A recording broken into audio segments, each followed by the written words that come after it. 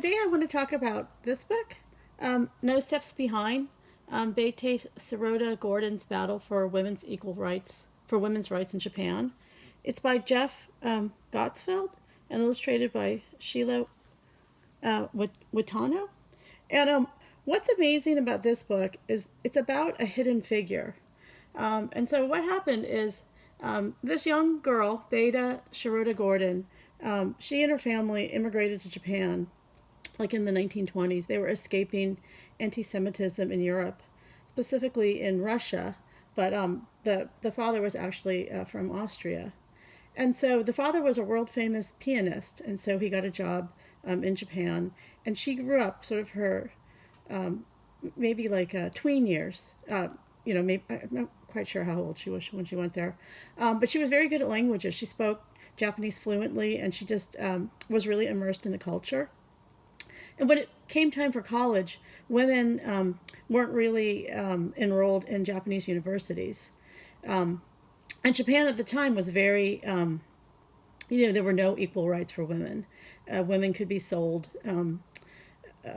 basically for marriage. Women didn't have any rights in terms of property rights, voting. Well, there wasn't voting, but property rights. And so she ended up going to college in California, in the United States at Mills College. I think is that in California, I think. And then all of a sudden, World War II hit, and so she's kind of stuck in the United States. War is going on between the United States and Japan, and she doesn't know what's going on with her parents. She doesn't hear from her parents, and so she's frantic. And decides to enroll in the U.S. Army to sort of get to Japan so she can find her parents. And while she was at college, too, the president of the college gave a speech about equal rights, women's rights, and it was sort of the first time those ideas kind of, were brought up to her.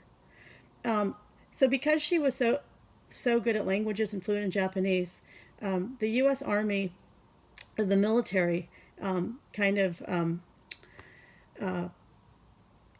got her over there and gave her a lot of responsibility. And in fact, at age 22, she was responsible for helping to create the new constitution in Japan. So that was to set up a democracy. And only 22. And so she fought for women's rights in the Constitution. She wanted women to have choice for marriage, property rights, basically equal rights. And at the time, the Americans were saying, like the rights that you want for Japanese women, American women don't even have these rights, let alone in Japan, where women had even less rights than the women in the United States. But she persevered. I mean, she was 22 years old, but wasn't going to let go of that idea easily. And she got it passed. So that became part of the Constitution. And then while she was back in Japan, she was able to find her parents. And at the time, too, interestingly, while the Americans forced the Japanese Americans into concentration camps, the Japanese did the same thing with the foreigners. And so her parents were interned in Japan and, like super thin and, in difficult times. So she was able to unite with her parents and help them.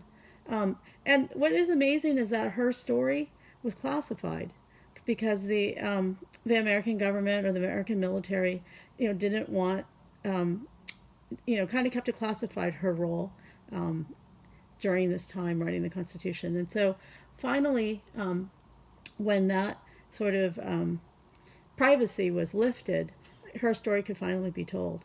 And so No Steps Behind refers to a Japanese proverb that women walk three steps behind men. I mean, there were a lot of sort of discriminatory proverbs in Japan who, just culturally didn't treat women and girls with the same value as boys and men. And so she was, I love the story because it's proof that one person can make a difference. And just by, sort of happenstance of growing up in Japan, and speaking Japanese, being exposed to new ideas, and just sort of really just fighting for women's rights.